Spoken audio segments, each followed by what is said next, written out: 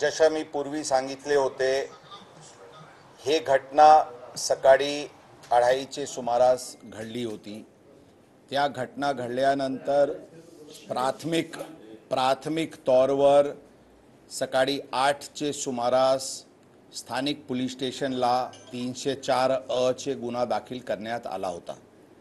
या प्रकरणात नंतर घटनाक्रम कळल्यानंतर त्याच दिवशी अंदाजन 11 ते 12चे सुमारास या प्रकरणामध्ये 304 कलम वाढवण्यात आला होता।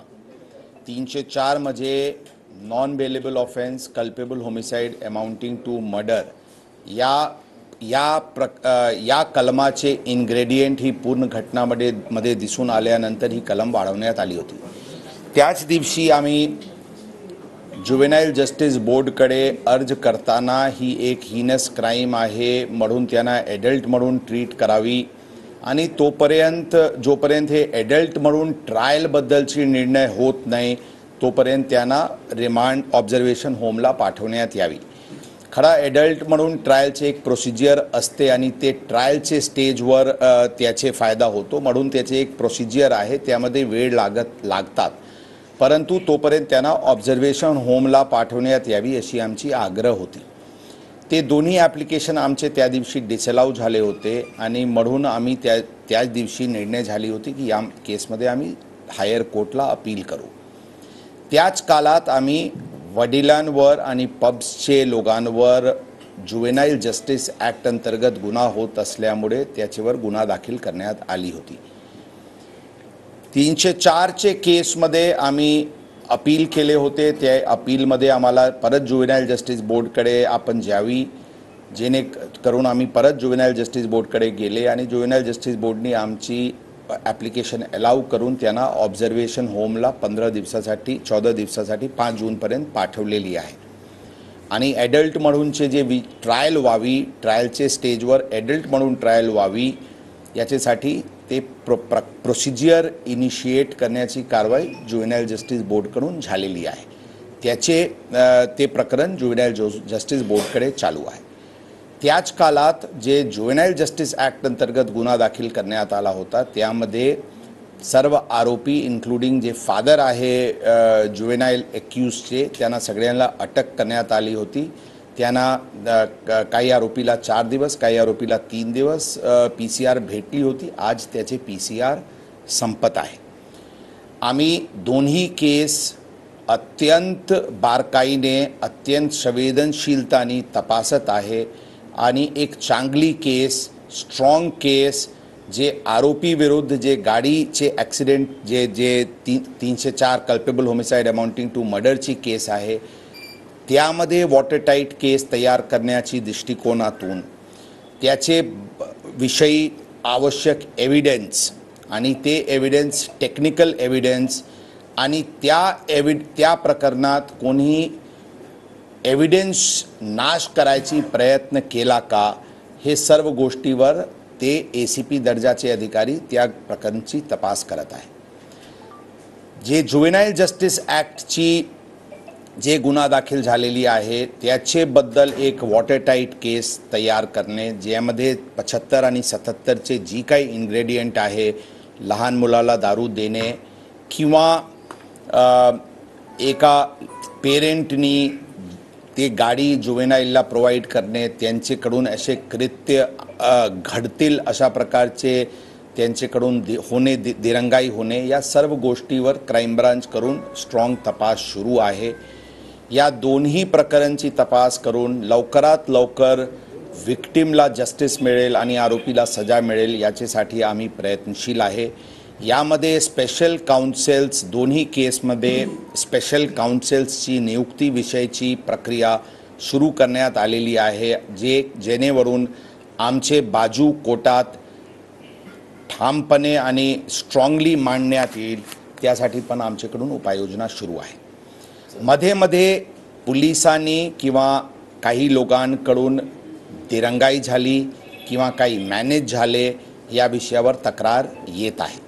या विषयावर आम्ही स्पष्टपणे सांगू की नंबर 1 जे या अशा प्रकारचे घटनामध्ये जे काही मार्ग कायदेशीर मार्ग शक्य होता, जे सर्वात स्ट्रिंजेंट मार्ग जे शक्य होता, त्या मार्गवर पोलीस सुरुवातीपासून चालत आहे. सुरुवातीपासून म्हणजे यावेळी 304 IPCचे कलम लागला त्यापासून पोलीस पूर्णपणे सक्तीचे मार्गावर चालत आहे.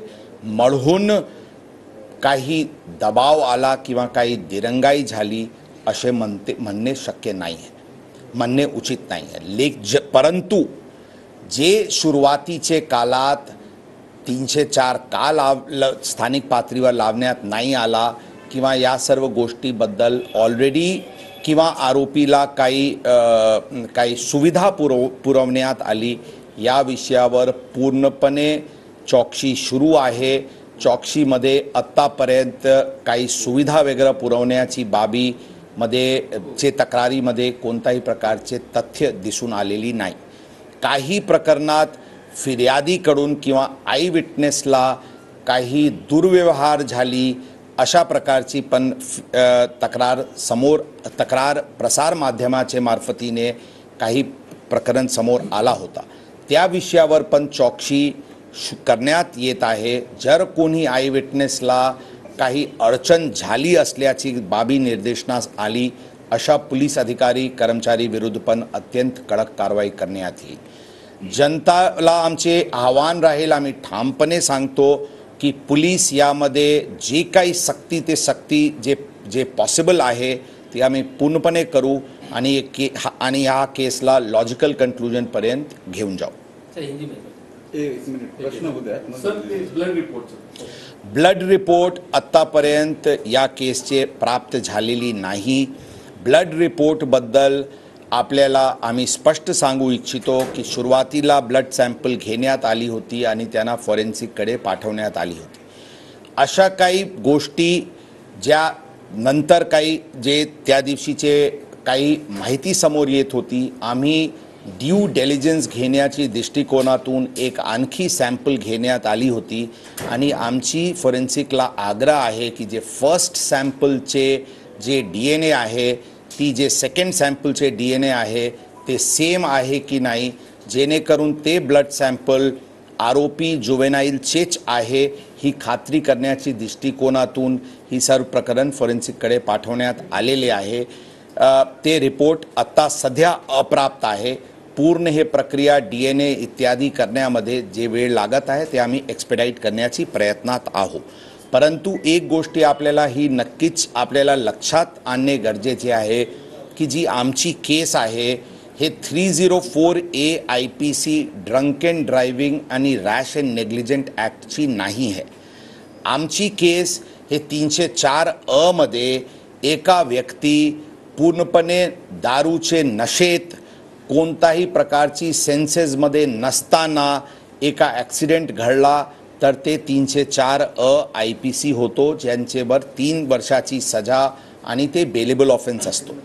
यामध्ये आम्ही याचे उलट आम्ही 304 IPC लावलेले आहे, ज्याचे इन्ग्रेडियंट आहे culpable homicide not amounting to murder, म्हणजे त्यांना नॉलेज होता की त्याची जी कंडक्ट आहे ती कंडक्टचे अनुषंगाने it is likely to cause death, म्हणजे त्यांची जी कंडक्ट होती जुवेनाईल असणे, एक मोठा साईजचे महाग गाडी ऑटोमॅटिक सारखे गाडीचे ड्रायव्हिंग व्हीलवर बसणे, एका पबमध्ये जाऊन दारू पिणे, नंतर दुसऱ्या पबला जाऊन परत दारू पिणे आणि नंतर एक नॅरो स्ट्रीटवर ज्यावेळी तिथे भरपूर क्राऊड असते, भरपूर रहदारी असते, तिथे भरधाव वेगाने वाहन चालवणे, ही त्यांना पूर्ण नॉलेज होती की त्यांचे या कृत्यामुळे ते अशा प्रकारचे जीवितास हानी होऊ शकतो.